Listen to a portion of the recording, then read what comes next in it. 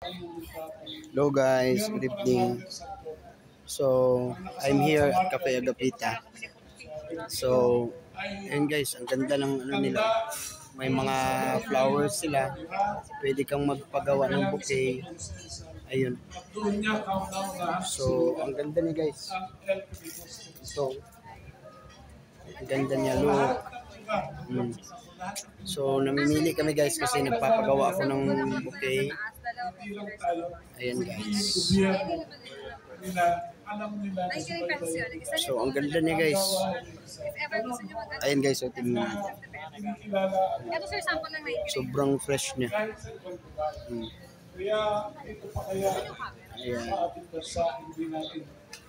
So, ikaw naman mamimili guys kung anong mga choices mo. Marami silang choices dito.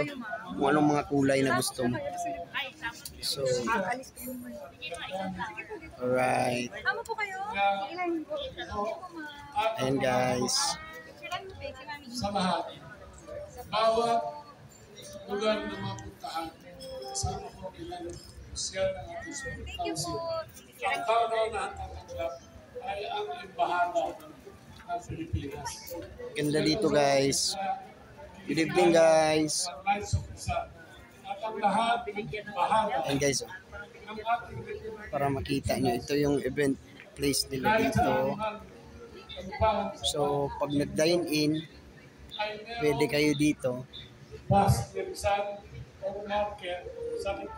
Ayun guys. Perfect talaga guys.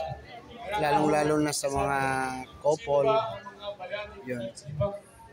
Pwedeng mag-date dito, kaya lang wala akong ka-date. Ay meron marker o pass sa kanilang mga bahada.